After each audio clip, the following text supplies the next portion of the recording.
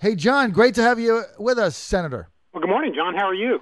Good. Hey, I got a couple minutes. First of all, I want to say thank you for having me at your home on Friday. Ann and I had a great time, and it was a great event for Christy Newcraig running for the school board in Chesapeake, and thanks for having us. We had a great time, John. Well, I'm glad. We enjoyed having you here. Now, Senator, I've only got a couple minutes because I want to get Delegate Comstock on. She just won a major straw poll this weekend in Loudoun.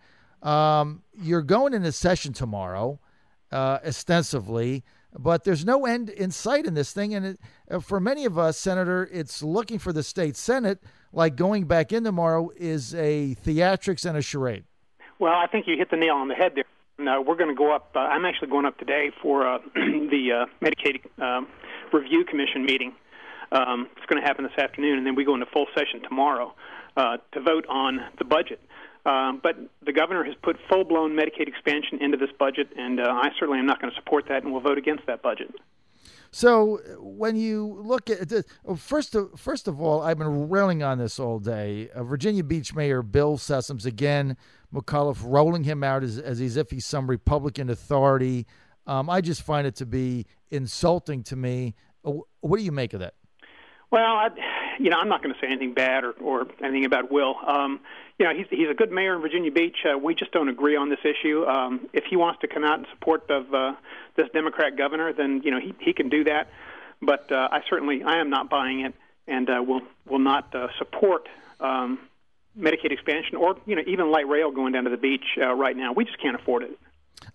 That's just the bottom line. There's no money there, and I want to get your opinion, Senator Cosgrove, also on this Cox executive, Gary McCollum.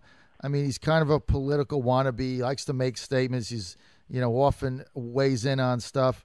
But to me, him calling for Medicaid expansion in Virginia, to me, it's just corporate welfare. I mean, if they want more people to get coverage, why don't they simply get their employees the coverage they need? They pay these many of their employees that work in the call center minimum wage. They don't have health insurance. They don't have enough hours to qualify. And now they're trying to get them coverage under Medicaid expansion. I think that's bait and switch. How about you?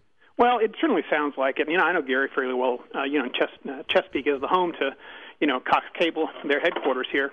And he has an awful lot of people working for him. But I agree. If basically they want to make sure that their employees are covered with health care, then they probably ought to offer it to them.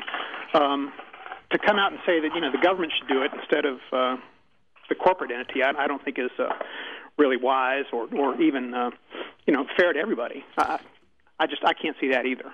All right. So sometime this week, we think you guys might sit down with the governor. When you're in his office, they just had a meeting with House leadership. That went nowhere. John, Senator Cosgrove, if you were sitting eyeball to eyeball with Terry McAuliffe and he said, look, we got to get this done, how would you answer him?